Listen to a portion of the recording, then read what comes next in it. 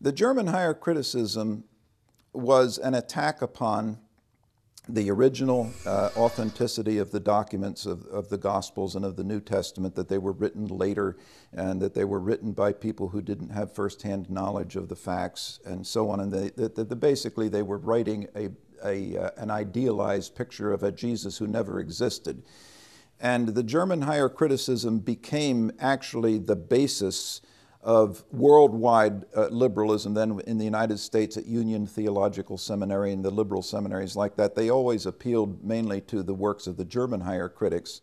Dr. John Henry Ludlum Jr. was one of the greatest biblical scholars ever to come out of Yale University.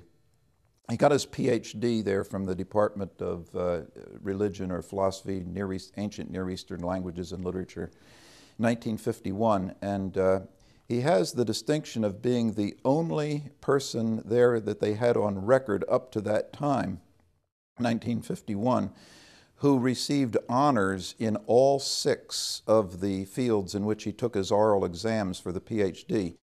And all on his own, even though he began as a liberal and was nevertheless intellectually honest, as he read more and more of the 19th century criticism of the Bible, he began to see that these people had no case, that they were making it up, that Wellhausen was just a precocious 18-year-old who, out of his own imagination, wrote a, quote, history of the religion of Israel, but had no documents, he had no evidence, he had no archaeological artifacts, he had nothing, but he just imagined how the history of Israel must have developed.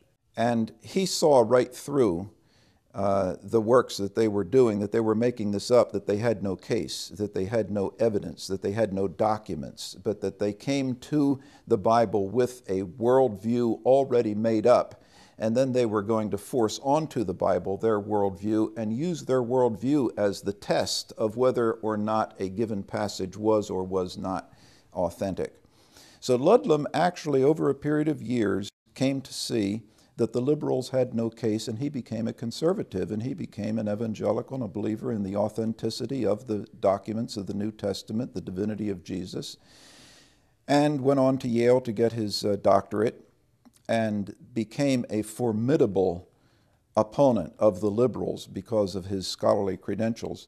There are many evangelical scholars of the highest possible credentials who still believe in the authenticity of the New Testament documents, who still believe in the divinity of Christ, who still believe in the evangelical position. They are not unlearned hillbillies. And one of the best examples of that would be Dr. John Ludlum.